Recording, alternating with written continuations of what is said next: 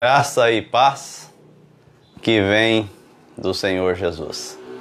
Dando continuidade aos nossos estudos sobre o Evangelho na Epístola de Paulo aos Romanos, estamos ao vivo pela nossa escola bíblica dominical e dando continuidade a esse estudo que temos feito na Epístola de Paulo aos Romanos. Hoje vamos avaliar os versículos 21 a 31 do capítulo 3. Deixe a sua Bíblia aberta para que nós possamos juntos fazermos uma análise. Provavelmente eu não termine essa análise nessa aula de hoje, mas darei início a esta importante análise acerca principalmente desse desfecho que eu tenho tanto falado nos estudos anteriores. O apóstolo Paulo, ele desde o capítulo 1 até o capítulo 2, veio preparando o seu leitor para que ele chegasse a uma conclusão importante, e essa conclusão está precisamente no capítulo 3, versículo 23, que diz: pois todos pecaram. A versão revista e atualizada diz assim: e carecem da glória de Deus. Já a versão revista e corrigida diz que todos pecaram e destituídos estão da glória de Deus. Por que é importante essa análise? Por causa que quando nós formos evangelizar, é isso que nós temos que ter em mente. E isso no mundo inteiro, não importa em que parte do mundo, onde nós venhamos a evangelizar, nós precisamos entender três coisas importantes. As pessoas, como que Deus vê as pessoas? Elas são pecadoras por natureza. Veja o capítulo 3, versículo 10, que foi uma conclusão que nós vimos na semana passada. O apóstolo Paulo escreveu assim, revisando, lembrando o Velho Testamento: não há justo, nenhum sequer. Não há ninguém que diante de Deus possa dizer eu sou justo.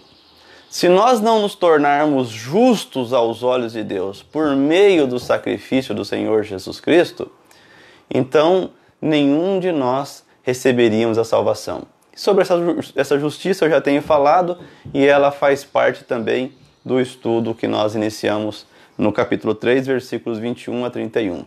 Segunda questão de como Deus vê as pessoas. Elas são pecadoras por escolha.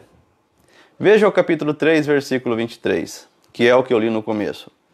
Todos pecaram. Não tem quem não tenha pecado. Então, se por um lado as pessoas são pecadoras por herança, se receberam esta herança de pecadoras em Adão, por outro, elas se tornam pecadoras no decurso da sua vida. Então, se uma criança, porventura, o que eu vou falar agora é o meu entendimento, com base nas palavras do Senhor Jesus e lendo as conclusões a que chegaram a teologia, principalmente a reformada, a minha conclusão é essa: uma criança, se ela morre, ela tem salvação ou não? Porque pecadora ela é. Ela recebeu essa herança do pecado.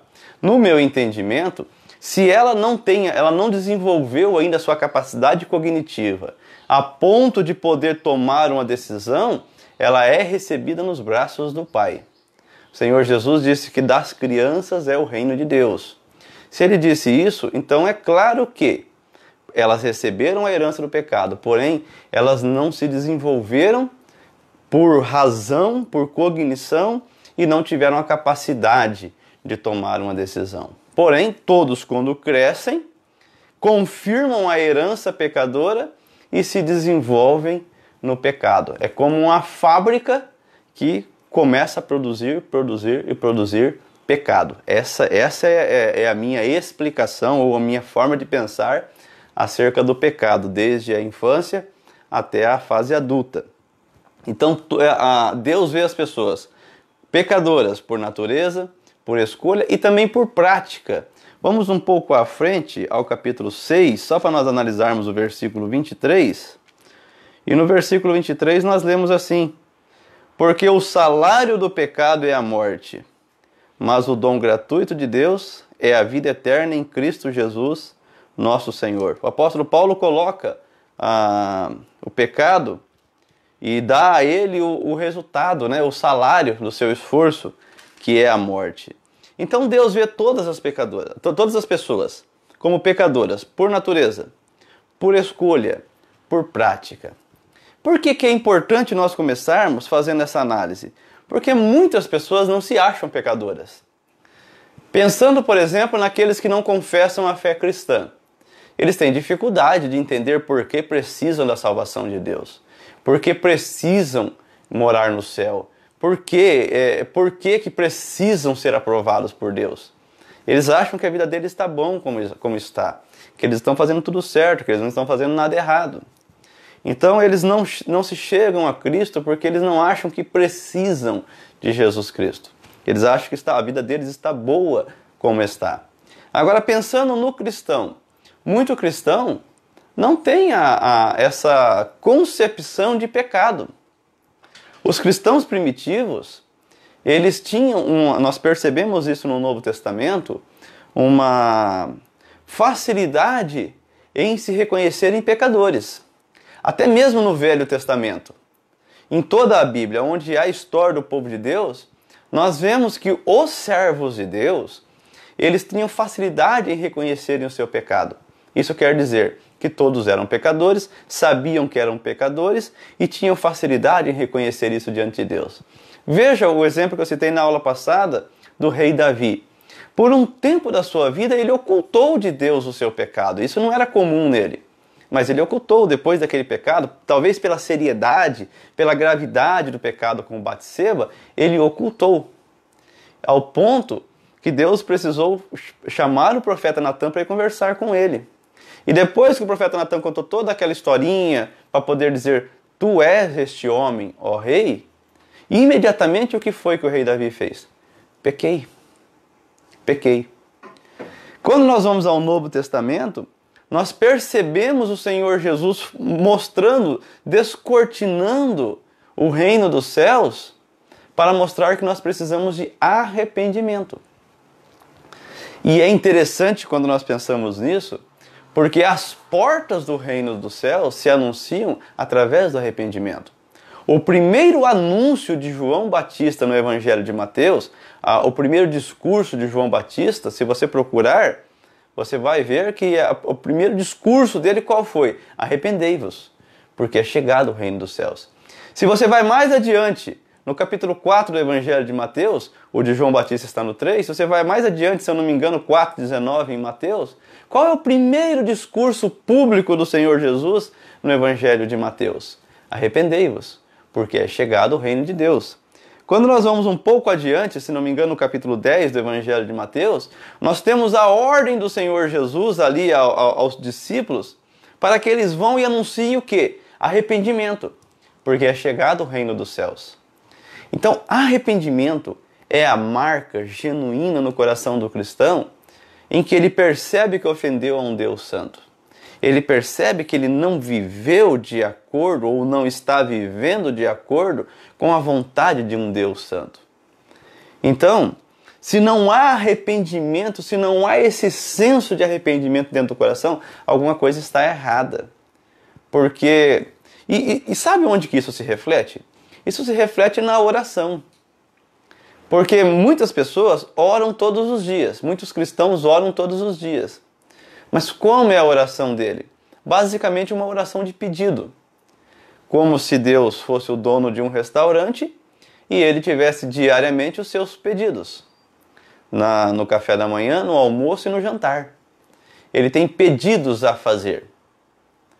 Agora, quando há arrependimento, quando há realmente esse senso no coração de pecado, então a oração ela muda.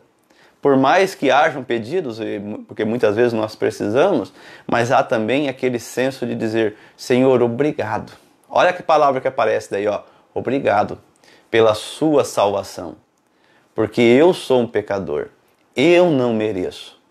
Mas o Senhor me deu gratuitamente a salvação em Cristo Jesus. Entende a diferença?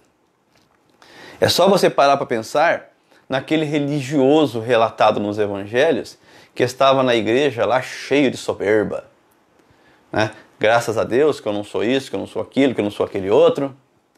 e lá no canto, quietinho, sem abrir a boca, uma pessoa batendo no seu peito e dizendo que ser propício a mim, ó Deus. Até parece que ele estava utilizando a palavra propiciação, que nós vamos utilizar aqui em Romanos 3, nesse estudo. Ser propício a mim, ó Deus, porque eu sou um pecador. Então, quando não há esse arrependimento genuíno, nós corremos o risco de ser como aquele fariseu, que acha que está tudo bem, que está tudo maravilhoso, que nenhum erro há em nós. Porém, é importante que haja em nós, enquanto vivermos, esse senso de que nós não somos merecedores da salvação que Deus nos deu. E se Ele nos deu essa salvação foi porque Ele quis dar, porque Ele nos amou, porque Ele quis nos presentear com o melhor presente que nós já recebemos, que é a salvação em Cristo Jesus. Isso é muito importante. Então fique como reflexão para nós. Eu digo para nós porque precisa para mim também. Entendemos, compreendemos, temos ciência de que somos pecadores e de que já fomos perdoados e somos perdoados por Deus por meio de Cristo Jesus. É assim que Deus vê as pessoas. Quando elas estiverem entrando nos céus, o que Deus vai enxergar é uma multidão de pecadores que foram lavados, remidos pelo sangue de Jesus Cristo. E não uma multidão de pessoas que Ele escolheu entre as melhores para levar para Ele. Não. Todos os que Deus escolheu são pecadores. Mas, por professarem a fé naquele que perdoa os pecados, então são levados para morar com Ele. Isso é muito importante para nós começarmos este estudo. Veja os versículos 21 a 22. Mas agora, sem lei, se manifestou a justiça de Deus, testemunhada pela lei e pelos profetas. Justiça de Deus mediante a fé em Jesus Cristo, para todos e sobre todos os que creem, porque não há distinção. Algumas palavras nós precisamos, quando eu coloquei aqui o meu esboço, eu coloquei em vermelho, que é para realmente não esquecer de dar a ênfase necessária. Primeiramente, sem lei. Mas agora, sem lei. Se nós observarmos o apóstolo Paulo, o tempo todo ele fala da lei. E às vezes pode ter diferença entre a lei civil, entre a lei cerimonial. Às vezes pode ter a lei moral, às vezes pode ter diferença. Mas, em geral, ele faz uma união de todas as leis cerimoniais, morais, cíveis, mas principalmente a moral, que aí é aquela lei que Deus deu por meio de Moisés, lá no monte, gravada em 2 pedras. A primeira pedra com 4 leis, a segunda pedra com 6 leis. E que depois a cópia delas foi parar dentro da Arca da Aliança. E, geralmente o apóstolo Paulo ele fala muito sobre essa lei.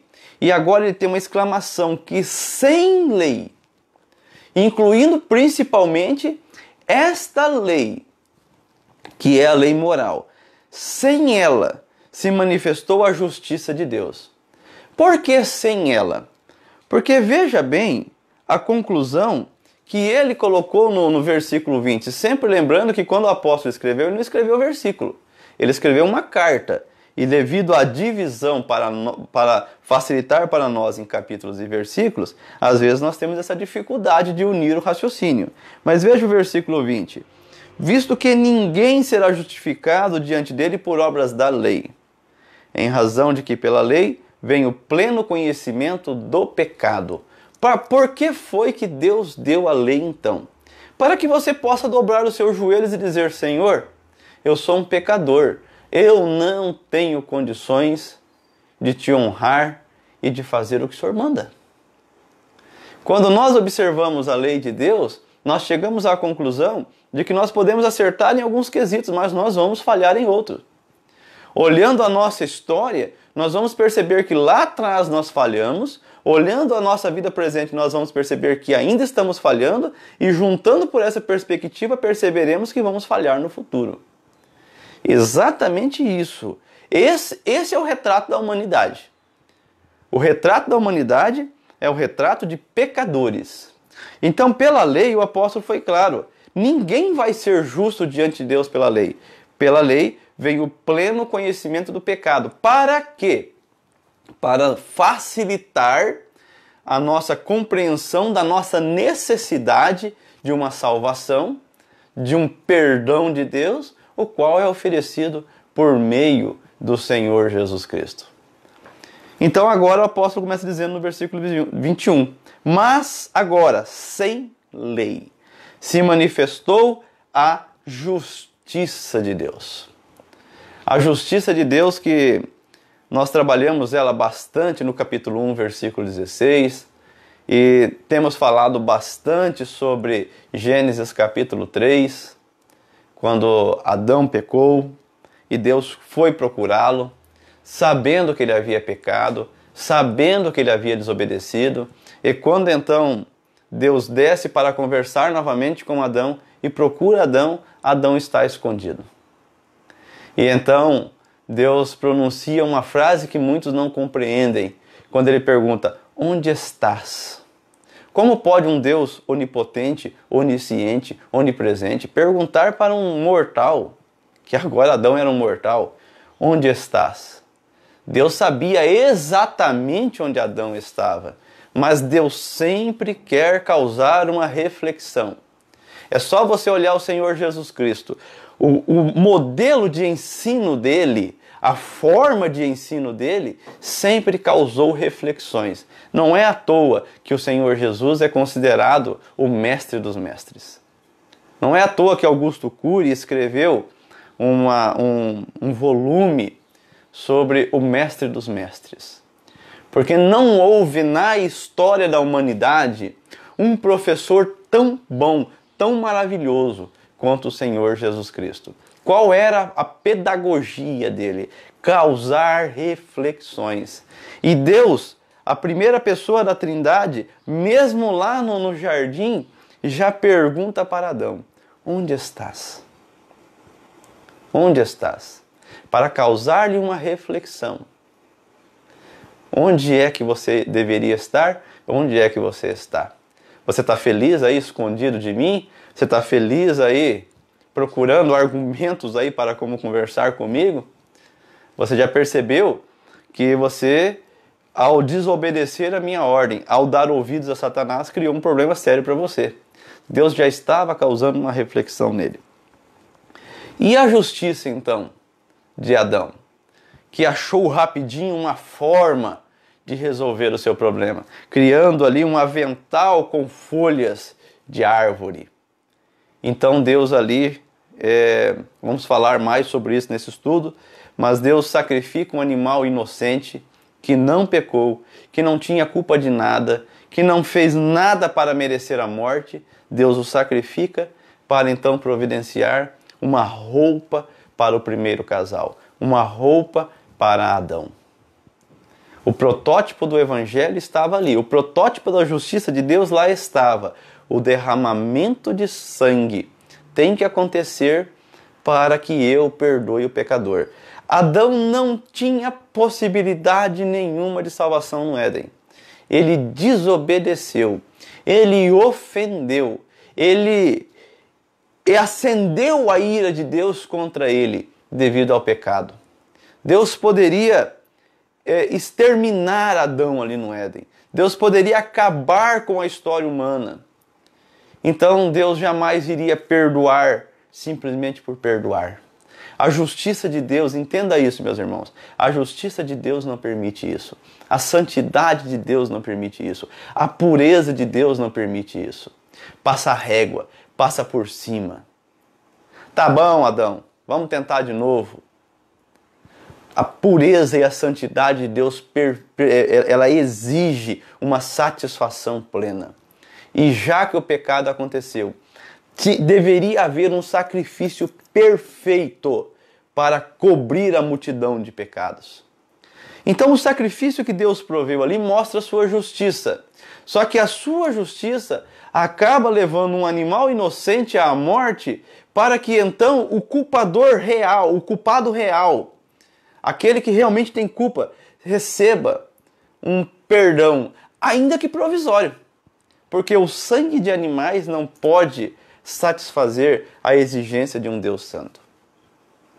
Somente um sangue perfeito, de um ser humano perfeito, de alguém que satisfaça plenamente a justiça de Deus, de alguém que satisfaça plenamente a lei de Deus, de que o apóstolo Paulo fala no versículo 20, de alguém que tenha vindo a esse mundo e vivido realmente a verdade, de alguém que tenha do princípio ao fim vivido em união e comunhão com Deus. Somente o sangue desse pode satisfazer plenamente a justiça de Deus.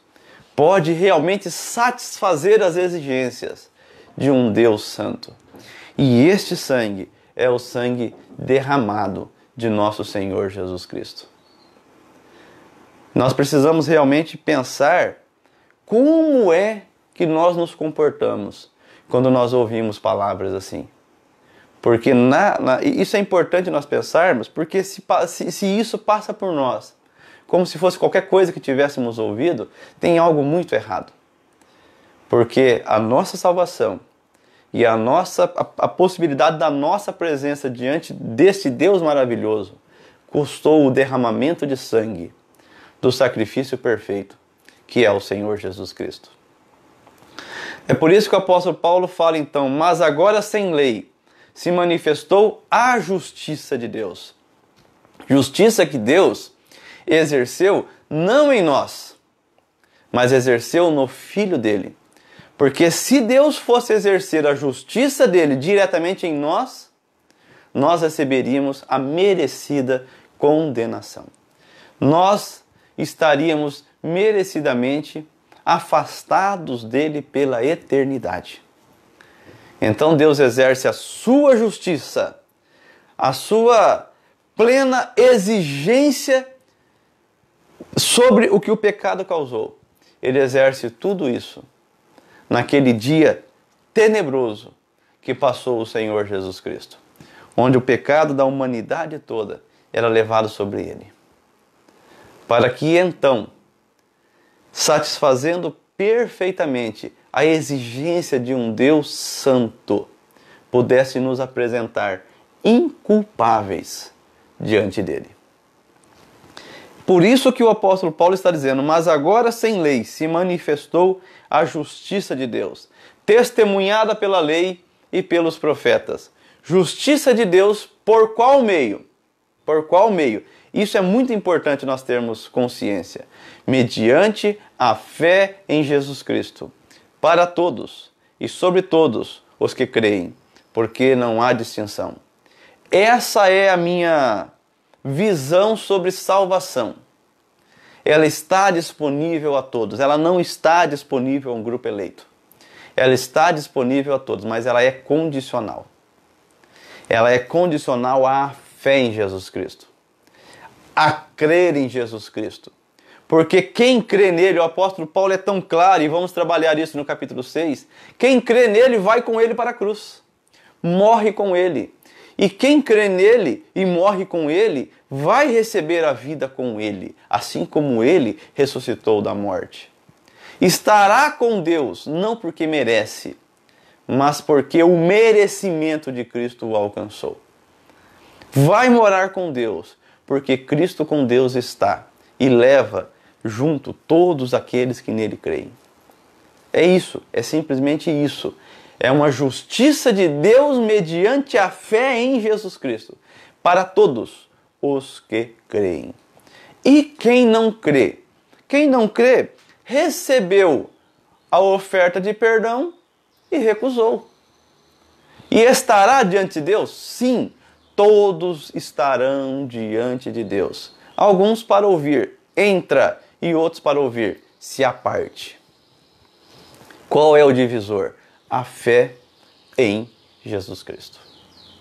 É isso que o apóstolo Paulo está falando, e sempre lembrando que ele estava falando, sempre pensando nos judeus em primeiro lugar, que não criam em Jesus Cristo, mas que queriam se vangloriar nas obras, que queriam se vangloriar na lei que receberam, como se pudessem cumpri-la, como se pudessem chegar a Deus por meio de tais obras. Estavam, na verdade, rejeitando a salvação em Jesus Cristo, pretendendo então ter a salvação por meio de suas próprias obras. E isso não estava dando certo, porque isso não dá certo. Ninguém recebe salvação sem a fé em Jesus Cristo. Versículo 23. Pois todos pecaram, na versão revista e atualizada de João Ferreira de Almeida, e carecem da glória de Deus.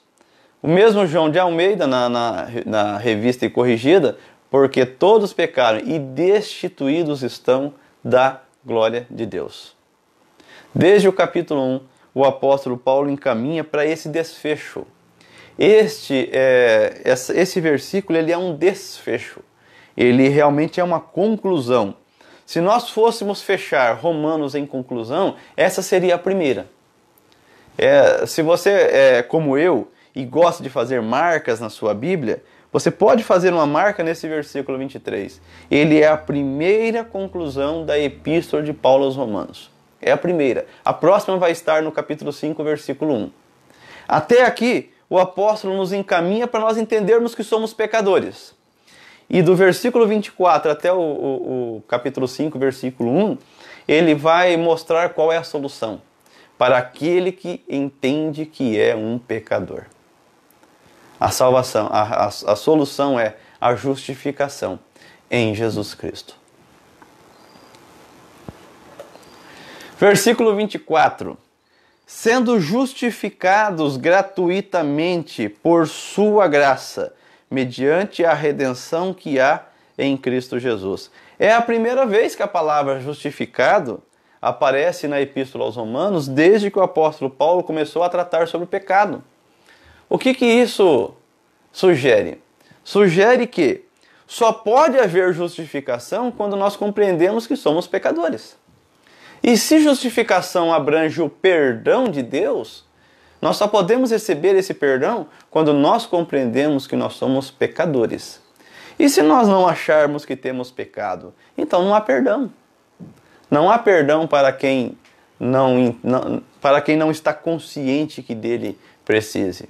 Até porque você precisa abrir a sua boca e o seu coração para Deus, para pedir esse perdão, para crer de coração na obra de Cristo, para então recebê-la. É isso que o apóstolo Paulo vai tratar no capítulo 10 dessa epístola. Nós precisamos, com a nossa boca e o nosso coração, receber essa salvação que vem de Deus por meio de Jesus Cristo. Esta palavra justificado, ela é uma tradução da palavra grega dikaio, que é uma declaração legal de alguém como justo, ou alguém tornado justo, aceito. Isso quer dizer que sem Jesus Cristo, ninguém é aceito diante de Deus. Mas pode ser a melhor pessoa. Pode ser alguém que todas as pessoas gostem. Geralmente eu percebo por meio da minha experiência, tanto pessoal quanto de outros servos de Deus, que o mundo tem dificuldade em gostar daqueles que optam em realmente servir a Deus. Mas eles têm uma facilidade de aceitar aqueles que são como eles, que falam sobre pecado, que pensam em pecado, que agem em pecado. Ou seja, aquele que não tem compromisso com Deus, ele ganha a atenção de muitas pessoas. Aquele que tem compromisso sério com Deus, ele ganha a atenção de poucas. Atenção no sentido de ser colocado no meio, de ser convidado para estar ali, de que as pessoas tenham prazer que ele esteja ali. Então, alguém poderia, não crendo em Deus, ter uma fama muito grande, ser desejado por muitas pessoas, ao ponto de, quando morrer, ser lembrado por muitos, dependendo das obras que ele fez, receber uma placa com o nome dele em uma rua, ter o seu nome nos livros de história, ser comentado por todos os professores de história. Mas isso nada tem a ver com ser aceito por Deus. Entende a diferença? Pode ser que tal pessoa viva com o seu nome nos anais da história enquanto houver vida humana na Terra, mas não entrar no reino de Deus. Porque quem é que é aceito por Deus? Quem tem a marca do Cordeiro. Quem tem a marca do Cordeiro. Quem é coberto pelo sangue de Cristo. Quem é justificado por Cristo. Se alguém é justificado por Cristo, então ele foi perdoado por Deus e aceito por Deus por meio do seu Filho. Por meio do sacrifício que seu Filho realizou, no qual ele creu. Para o qual ele se entregou. Para o qual ele creu com todo o seu coração. É isso que é justificação. É o perdão de Deus e é a aceitação de Deus. É realmente ser trazido para a família de Deus. Por isso que o apóstolo Paulo ele coloca no versículo 24, sendo justificados gratuitamente. Por qual meio? Por meio da graça de Deus. Por meio, mas até antes de nós falarmos dessa graça, vamos pensar mais um pouquinho em Adão. Adão não foi aceito com suas vestes após o pecado, mas Deus o aceitou com as vestes que ele próprio escolheu. Nós já falamos um pouquinho sobre isso hoje. Adão não foi aceito com as vestes que ele traçou ou fez para si depois do pecado. Então você precisa entender uma coisa. Essa é a metodologia de Deus, essa é a santidade de Deus. E nesse mundo pós-moderno que nós vivemos, eu corro o risco de alguém assistir esse vídeo e falar, mas que besteira, por que tem que ser do jeito de Deus? Porque a humanidade, ela simplesmente parece não gostar do jeito de ser de Deus. Parece não gostar, porque não entende a santidade de Deus. É um mundo cheio de verdades relativas, de justiças relativas, é o relativismo. E Deus ele continua e continuará absoluto. Sempre foi, sempre será. Então, aquela veste que Adão fez para si, Deus não aceitou. A cobertura do seu pecado jamais se daria com as vestes que ele fez. No entanto, as túnicas de pele que Deus fez e o vestiu, relatado em Gênesis capítulo 3, versículo 21, essa fez com que ele fosse aceito por Deus. Ali há o derramamento de sangue, ali é o protótipo do Evangelho. Se nós não formos cobertos pelo sangue derramado de Jesus Cristo, se nós não entendermos que o perdão vem por aí, então nós vamos tentar, como Adão, ser aceitos por Deus pela nossa própria forma, pela nossa própria justiça. Mas isso não funcionará. Isso é sempre importante ser bem frisado. E esta graça, sendo justificados gratuitamente por sua graça. É pela graça de Deus que é a graça de Deus que propiciou essa justificação. Graça é uma tradução do termo grego charis, uma bondade misericordiosa de Deus pela qual, exercendo sua santa influência sobre as almas, volta-as para Cristo, guardando, fortalecendo, fazendo com que cresçam na fé cristã, conhecimento, afeição, despertando-a aos exercícios das virtudes cristãs. Meus irmãos, entendam uma coisa que é muito importante. Quando eu concluí há pouco nesse estudo que a salvação é para todos os que creem, é realmente o que eu penso. A salvação é para todos os que creem. Mas isso não significa que alguém possa crer em Deus de per si, por si mesmo. Como se alguém levantasse de manhã e dissesse assim: deixa eu pensar se hoje eu creio em Deus ou não. Não, hoje eu não creio em Deus. Aí no outro dia ela levanta e ela diz assim: deixa eu pensar de novo se hoje eu creio em Cristo ou não. Hoje eu creio. Ou seja, como se essa capacidade de crer surgisse do ser humano. Não. Essa capacidade de crer surge da graça de Deus. É dessa atração de Deus. É desse chamado de Deus. A voz do Espírito Santo que acompanha o Evangelho. Por isso que você precisa pregar o Evangelho. Pregue o Evangelho. Porque quando você prega o Evangelho, o Espírito Santo atua. Exerce influência nas almas. Convida-as para a salvação. Aí é que está o detalhe, não as obriga. É esse o mistério do amor de Deus. Ele exerce por sua graça influência, mas não pressão. Ele exerce pela sua graça um chamado, mas não uma obrigação. Então, o pecador, e é isso que também é outro mistério, o pecador, ele precisa ser regenerado para que então ele possa crer.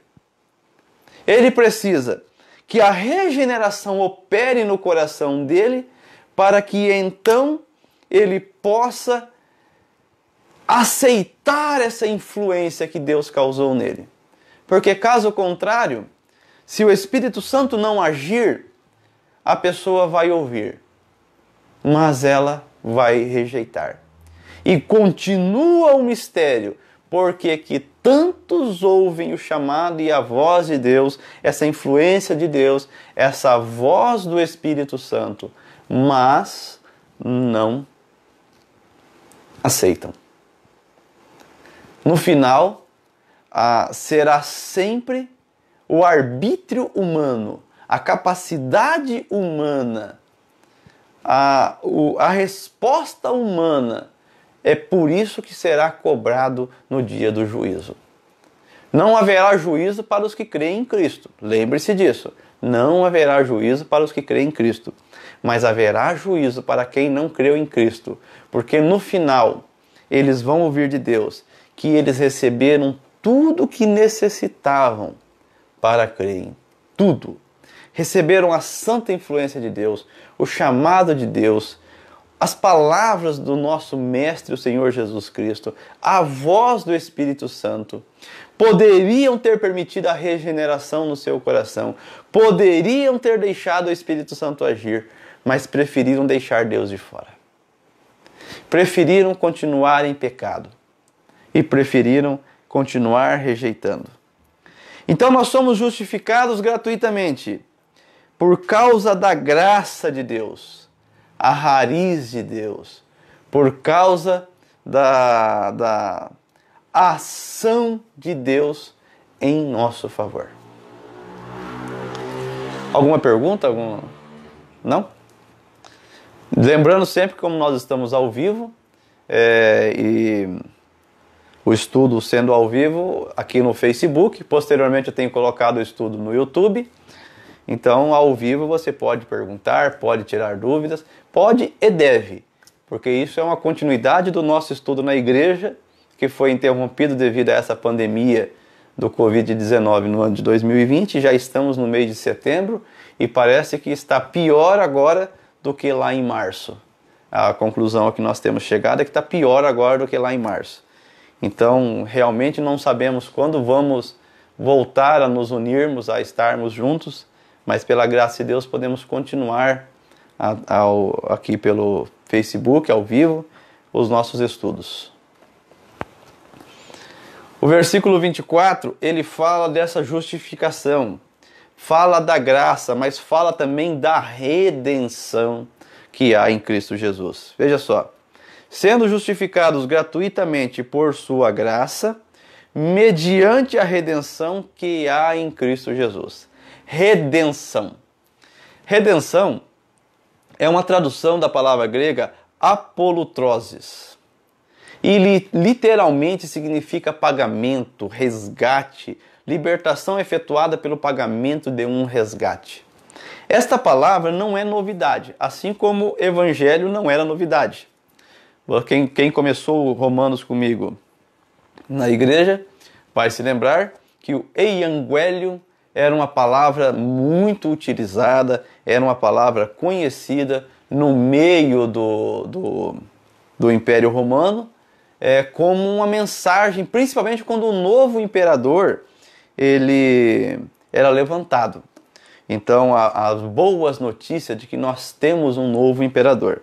Da mesma forma, a palavra redenção, ou a tradução, que é a palavra grega é apolutrose, ela era utilizada comumente no meio do Império Romano, que era um império que tinha muitos escravos, um império que tinha era muito comum a escravidão. E a escravidão foi comum ainda durante muitos séculos depois.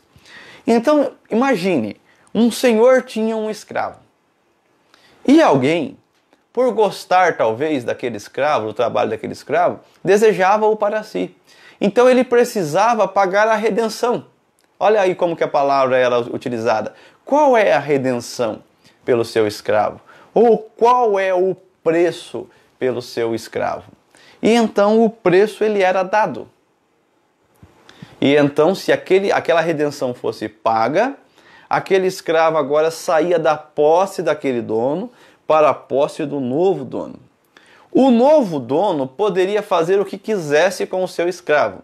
Poderia continuar utilizando o seu serviço ou poderia libertá-lo, já que foi ele quem comprou e agora detém os direitos sobre a sua vida e a sua pessoa.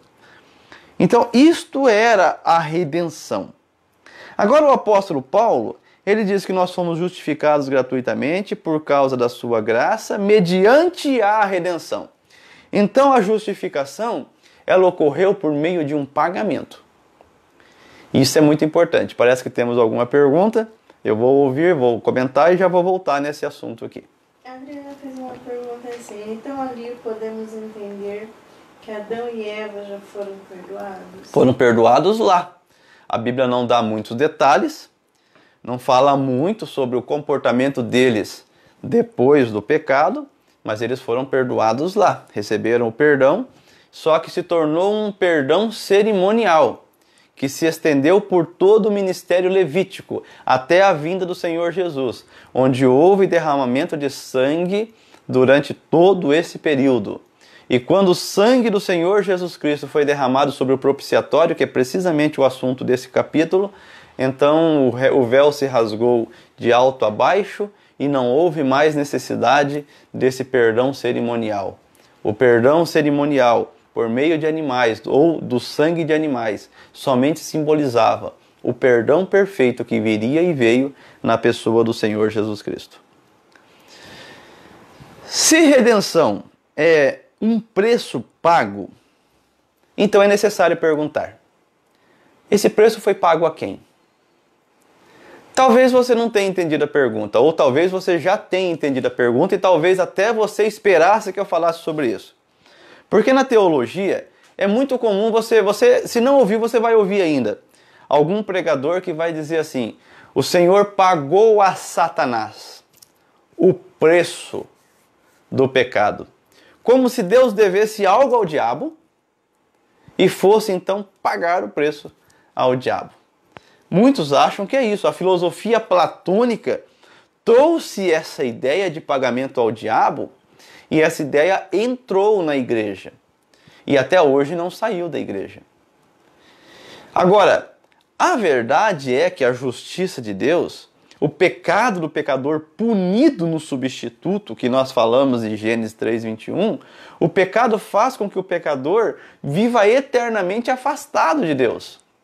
Adão estava ali com a sua túnica, estava ali se escondendo, bolando todo um jeito de continuar conversando com Deus, mas se afastando, se escondendo, e com isso Adão já estava pronto para viver eternamente afastado de Deus.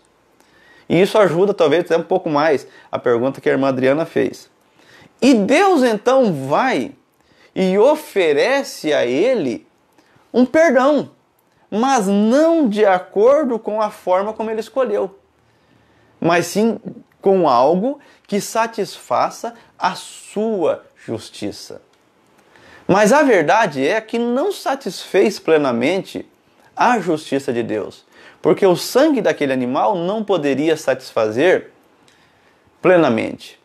Tanto é que a partir de Adão e depois no ministério levítico, o sangue de animais continuou sendo derramado, para que o perdão de Deus viesse, mas ano após ano, esse perdão de Deus precisava continuar acontecendo por meio de novos sacrifícios, para que então o perdão viesse por meio do derramamento de sangue, porque sem remissão de sangue, sem derramamento de sangue não há remissão de pecados, diz a palavra de Deus.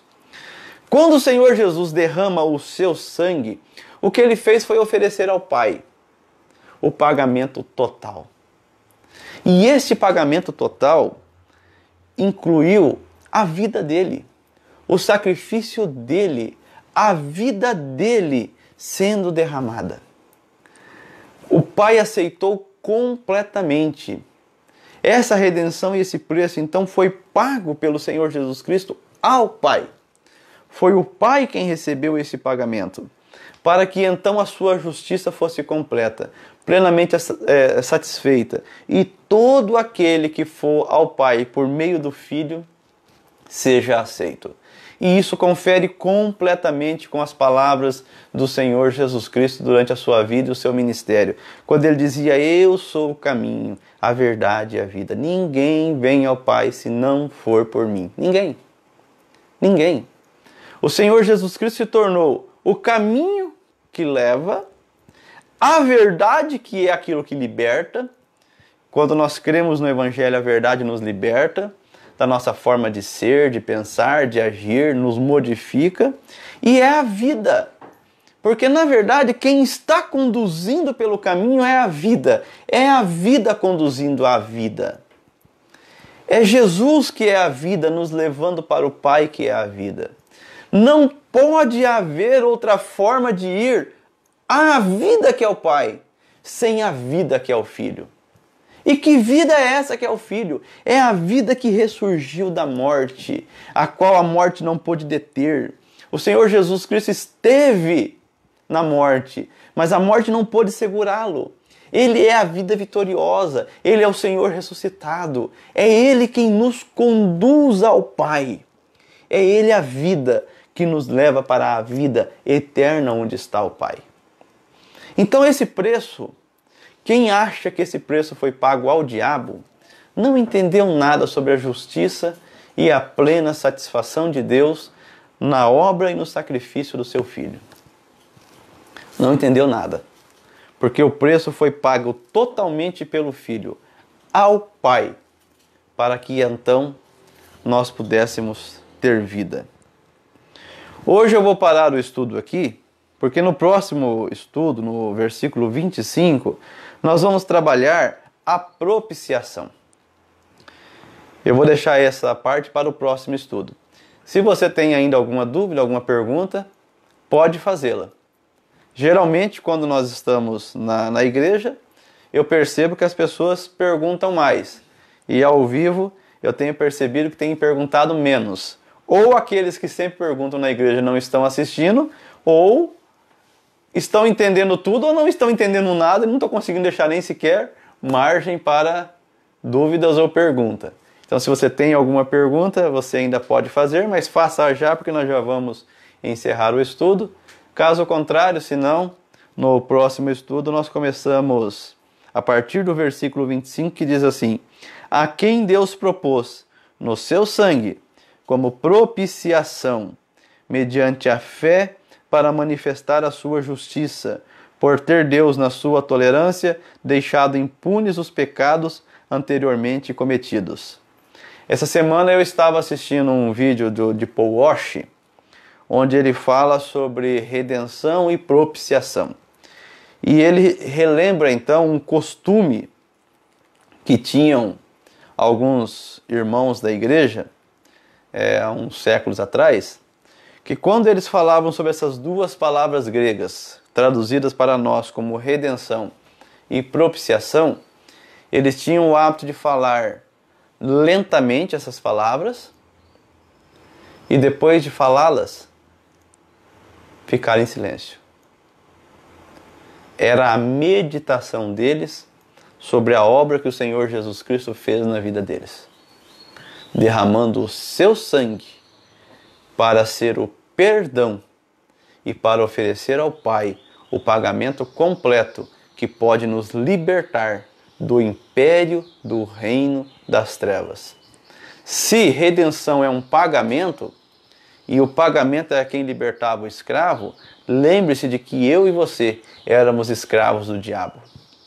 Estávamos acorrentados pela ação demoníaca, pela filosofia mundana que permeia esse mundo e pelos costumes que nós herdamos deste mundo imerso no pecado. E Jesus Cristo então veio e nos libertou, nos tirou deste reino do mal e nos levou para o reino celestial. E na verdade o Novo Testamento, ele sempre coloca no tempo presente. É isso que eu acho fantástico. O apóstolo Paulo sempre coloca no tempo presente a nossa estada nesse reino celestial. Não no futuro, mas já.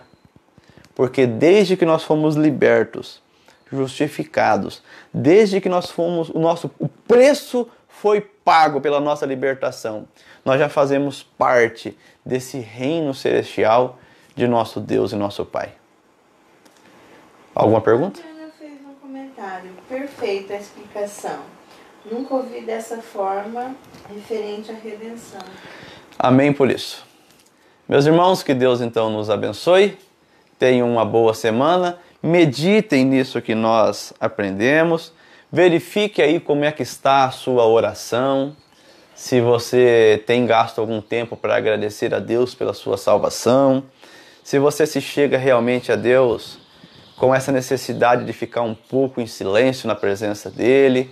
Se realmente você chega de cabeça baixa diante de Deus, reconhecendo a grandeza, reconhecendo o quanto Ele é grande, ou se você só se coloca diante dEle para pedir, pedir, pedir. Pense em tudo que nós falamos, porque o que Deus fez por você, o que Deus fez por mim, é maior do que qualquer coisa que tenha acontecido na nossa vida. Nada é mais importante do que a obra de Deus na pessoa do Filho consumada em nosso favor. Deus abençoe você.